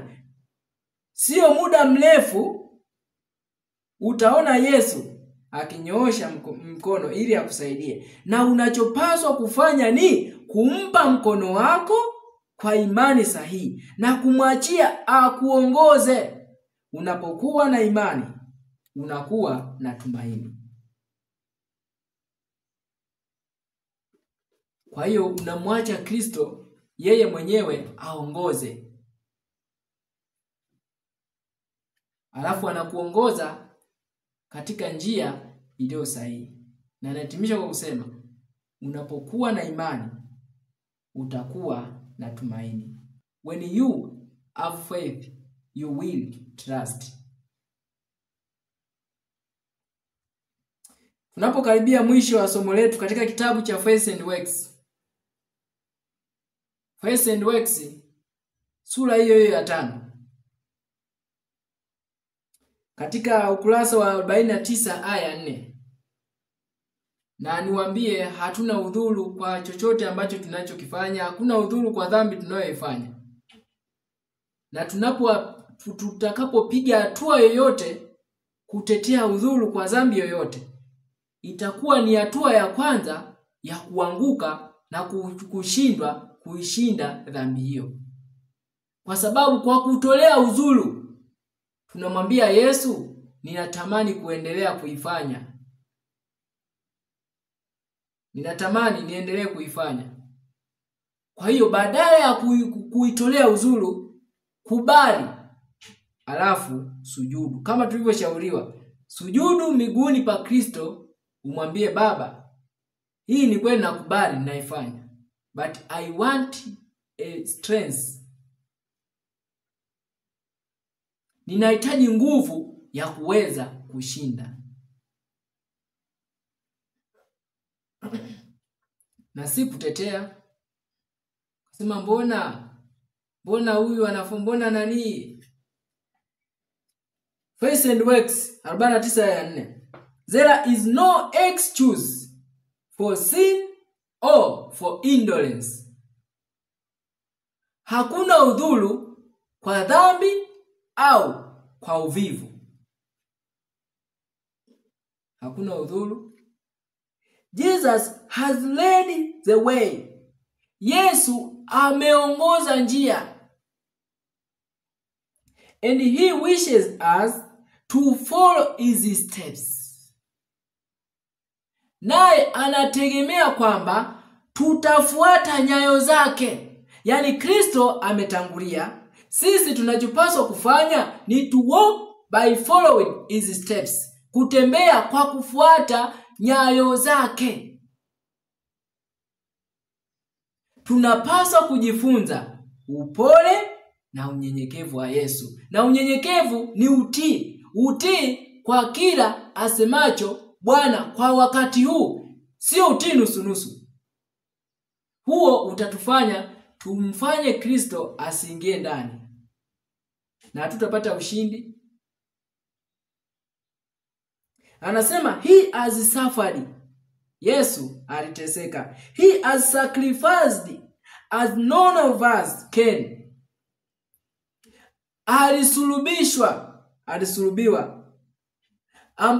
Alisulubiwa kiasi ambacho hakuna miongoni mwetu anaweza kufanyiwa hivyo. That he might bring salvation within our reach. Ili kwamba aulete wokovu katika kiwango chetu, ili tuweze kufikia. We need not to be discouraged. Hatuhitajiki kukatishwa tamaa. Don't be discouraged. Don't be attended. Usikatishwe tamaa, usivunjwe moyo. We need not be discouraged. Kwa sababu gani? Jesus has led the way. Yesu ameongoza njia. Sisi ni kufuata tu nyayo zake. Wakati ambapo huzuni inakuwa kubwa, mawazo yanakuwa mengi, kukata tamaa kunakuwa kwingi, it is a time to kneel down and pray earnestly. Na Yesu atakupatia nguvu. Sikia. Jesus came to our world to bring divine power to man. Yesu alikuja katika ulimwengu wetu. Ili kuleta nini? Kuleta nguvu ya kimbingu kwa mwanadamu. That is through his grace. Ili kupitia neema yake we might be transformed into his likeness. Kupitia neema ya Kristo tutabadilishwa na kufanana na yeye.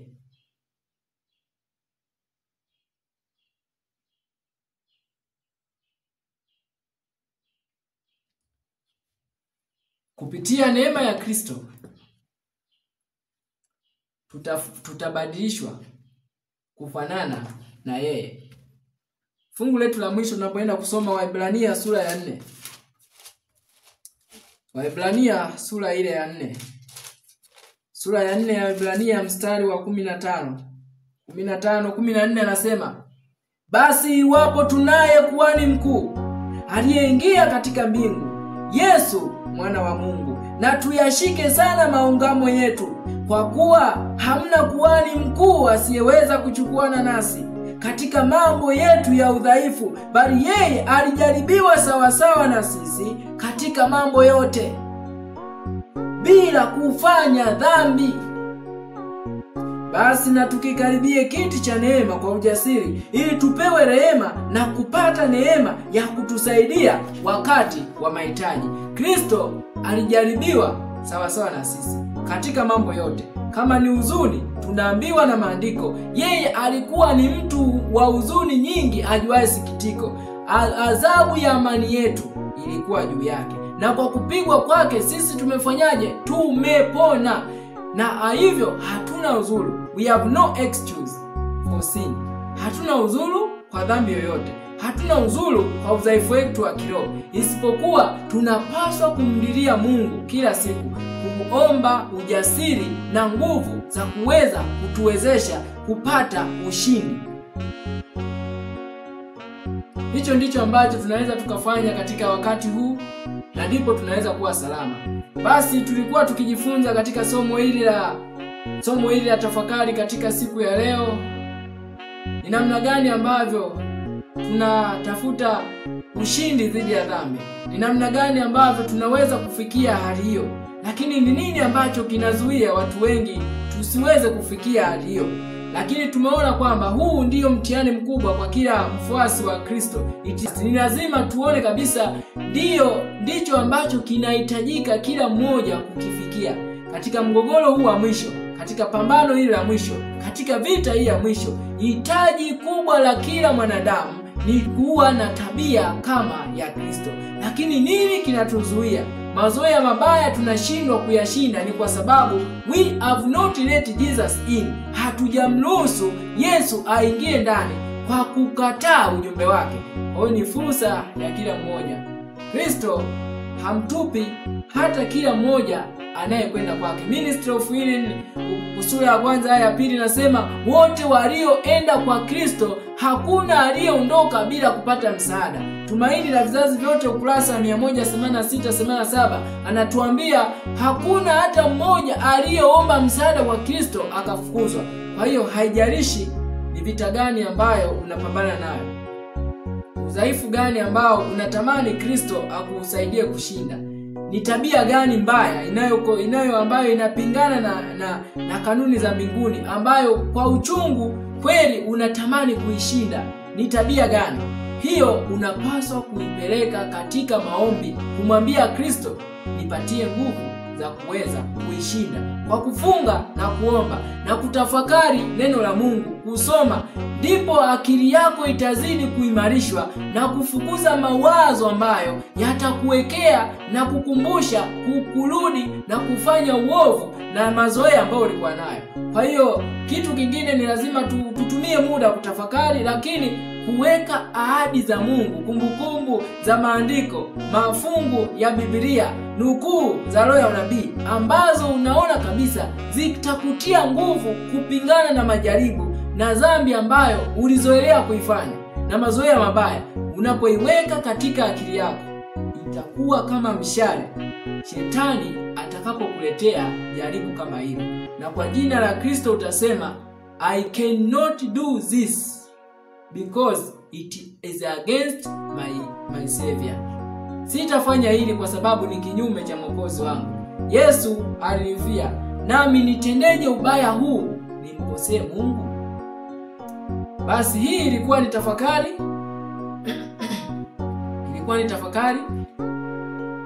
na somo litakalo kuja tutaendelea na series zetu. Nakumbuka itakuwa ni sehemu ya 5. Leo nitamani tujenge msingi fulani, ili masomo yanapozidi kuja ya wito wa mwisho wa kujikana nafsi, tupate uelewa mkubwa na kujiandaa kwa marejeo ya Mwokozi wetu Yesu Kristo. Yesu yu mlangoni, Kristo yu mlangoni. Tujiweke tayari kukutana naye. Basi tunapoenda kufunga somo letu, niwakaribishe wewe ambaye unanitazama, tupige magoti kwa ajili ya ombi.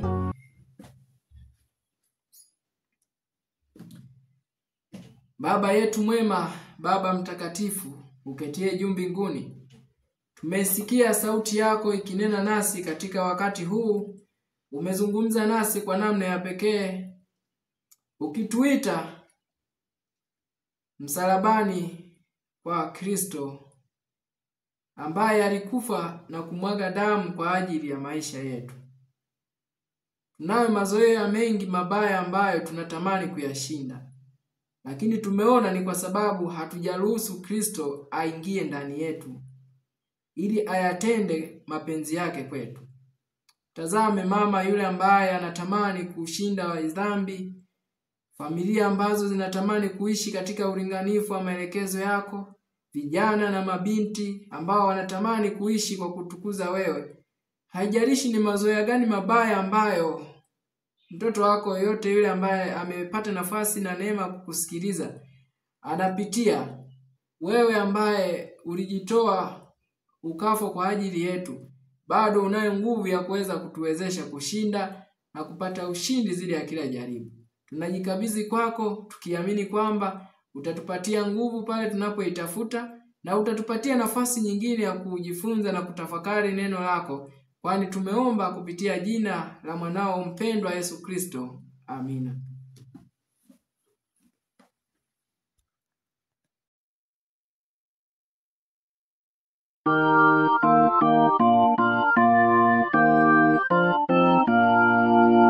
Walio kifoni nenda waponye, uwatoe walio shimoni, wanaoanguka uwainue, habari njema uwajulishe.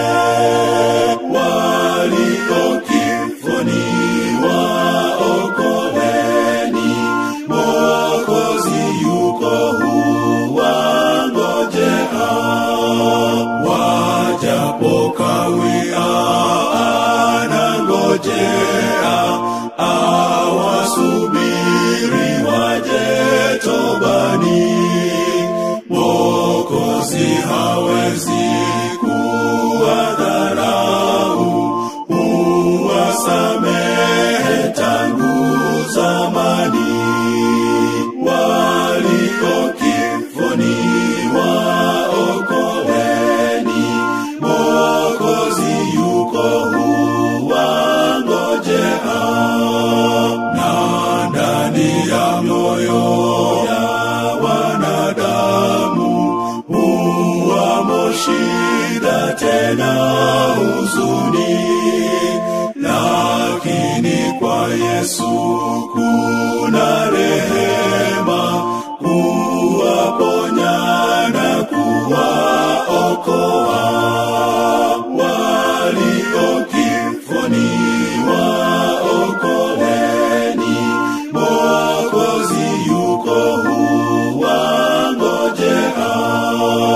Walio kifoni nenda waponye, kazi ni yetu, zawadi iko, nguvu kuhubiri Bwana hutoa, wasubira tuwavute sasa.